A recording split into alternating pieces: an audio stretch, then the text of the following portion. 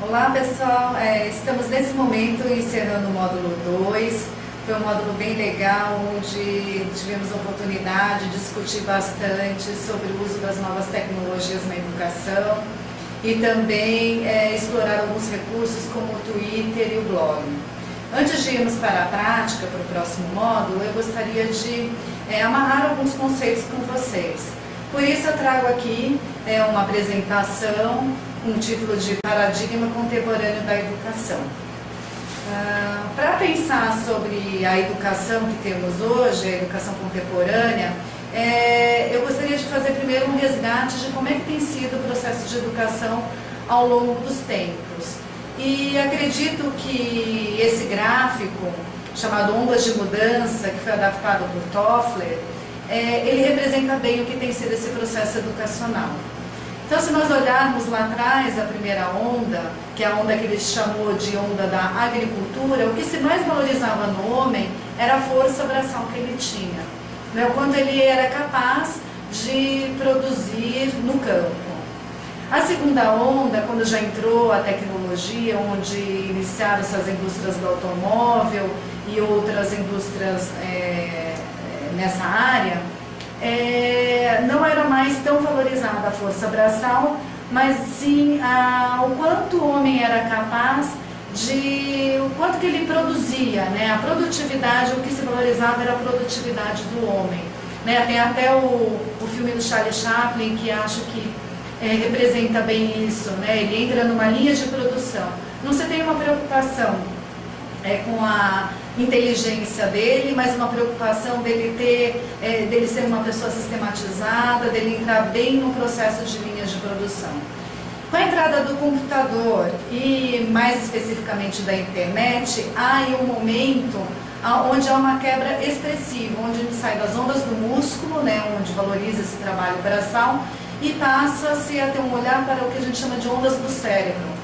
Ou seja, começa a se ter uma preocupação com a inteligência. E onde entra a terceira onda, que é a onda da informação. Onde é valorizado aquele sujeito que ele tem muita informação, que ele tem competência para buscar informações, que ele consegue ter acesso a uma série de informações. Nós estamos nesse momento que os cientistas estão chamando de quarta onda, que é a onda onde vale não só a informação, mas também vale o conhecimento, ou seja, o quanto que eu consigo tirar proveito daquela quantidade de informação que eu tenho. Então não basta somente a gente ter acesso à informação, mas a gente tem que saber ler, interpretar, saber produzir algo a partir daquela informação que eu tenho. Também é muito valorizado para a gente conseguir transformar aquela informação em conhecimento, as oportunidades que a gente tem de interação nas redes sociais, né? Nas interações que a gente tem, principalmente através da internet, onde nós somos capazes de trocar informações com os pares de professores, onde nós somos capazes de trocar informações no nosso meio social, ter acesso à informação política, cultura, economia, a ciência. É só a gente ver hoje também o quanto que a ciência evoluiu muito rapidamente após a entrada das novas tecnologias. Um bom exemplo é a questão da própria vacinação da H1N1. Rapidamente foi descoberta uma vacina para nos proteger contra essa gripe. Por quê? Porque os cientistas hoje eles trocam muita informação através da internet. A pesquisa evoluiu muito rapidamente depois disso. E se isso tudo é verdade, será que a gente pode continuar pensando nessa sala de aula tradicional, onde um aluno está sentado atrás do outro, onde o professor fica em cima de um tablado como detentor do saber?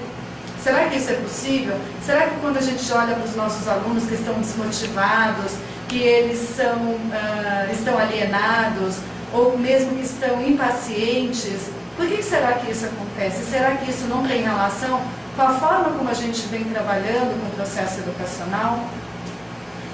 E se isso tudo é verdade, não dá mais para a gente pensar num processo educacional que está centrado na educação básica. Muito menos que o aprendizado está restrito à sala de aula. E menos ainda que a gente tem que pensar numa mesma educação para todos. né? Não dá para a gente pensar que a gente tem que ter na mesma sala de aula todo mundo lendo o mesmo texto ao mesmo tempo.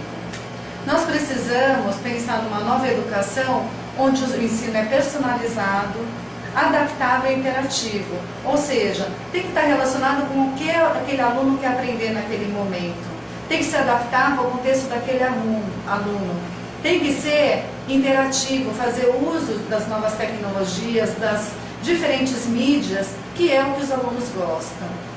Tem que ser pensado em uma educação ao longo de toda a vida. Veja nós aqui que estamos hoje continuando na nossa formação. E tem que ser um aprendizado que aconteça por meio de uma rede de aprendizagem. Os jovens e as crianças, eles têm que aprender com outros alunos, com outras instituições de ensino, seja no Brasil, seja no exterior. Ou seja, tem que ter um ganho de capacidade. Nós temos saído de uma educação mais restrita para uma educação mais abrangente. E se isso é verdade, é preciso repensar. Preciso repensar aquele conteúdo que nós estamos trabalhando. Será que todo aquele conteúdo realmente tem significado na formação do aluno? Todo aquele conteúdo que nós trabalhamos no dia a dia? Será que não dá para repensar e, em vez de ter uma grande quantidade de conteúdo, nós privilegiarmos o desenvolvimento das competências e habilidades dos nossos alunos e, à medida da necessidade, ele tendo essas competências e habilidades, ele será capaz de buscar os conteúdos que para ele tenham significado? Nós temos que repensar as estratégias de ensino. Será que somente pensar em estratégias